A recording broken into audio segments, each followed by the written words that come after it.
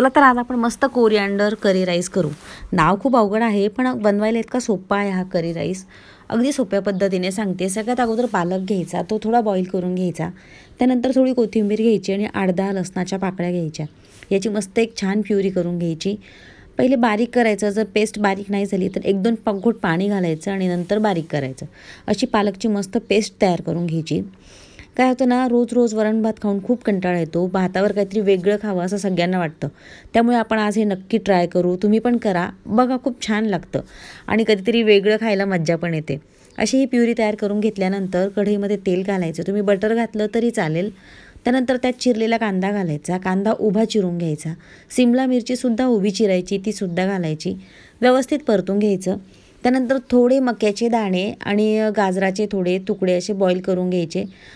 एक गाजर घेतलं तरी चालेल आणि साधारण एक छोटी वाटी भरून मक्याचे दाणे घ्या। ते थोडं मीठ टाकून बॉईल करून घ्या आणि ते सुद्धा यात घाला। त्यानंतर काय करायचं, हे सगळं एकत्र करून घ्यायचं। आपलं चिरलेला कांदा, सिमला मिरची, चिरलेलं गाजर आणि कॉर्न हे सगळं व्यवस्थित कढईत टाकायचं, मिक्स करून घ्यायचं, परतून घ्यायचं। साधारण 1 ते 2 मिनटं परतल्यानंतर आपला कांदा आणि सिमला मिरची मस्त शिजून जाते। आपल्याला फार काही गाळ नाही करायचा, फक्त थोडं 1 ते 2 मिनिट परतून घ्यायचं। त्यानंतर थोडी लाल मिरची पावडर घालायची, मीठ घालायचं आणि ओरिगॅनो घालायचं। अगदी कमी वस्तू लागतात, एकदा नक्की करून बघा तुम्ही।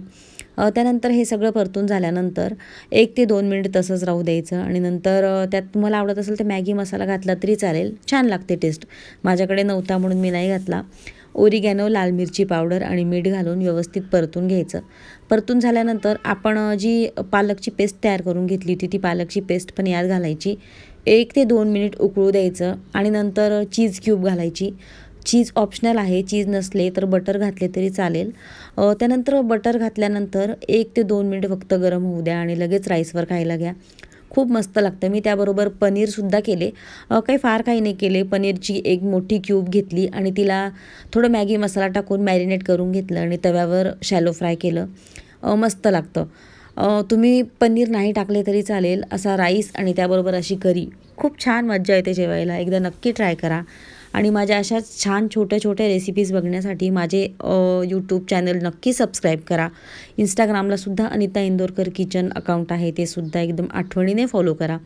चला तर तुम्ही मस्त कोरिअँडर करी राईसची मजा घ्या। आणि हो, बघायला जितकं छान तितकंच खायला हे अगदी मस्त लागतं। त्यामुळे नक्की तुम्ही अशी करी राईसवर एकदा तरी ट्राय करा आणि कमेंटमध्ये मला नक्की सांगा की तुम्ही केलेली ही कोरिअँडर करी राईस कसं लागतं ते।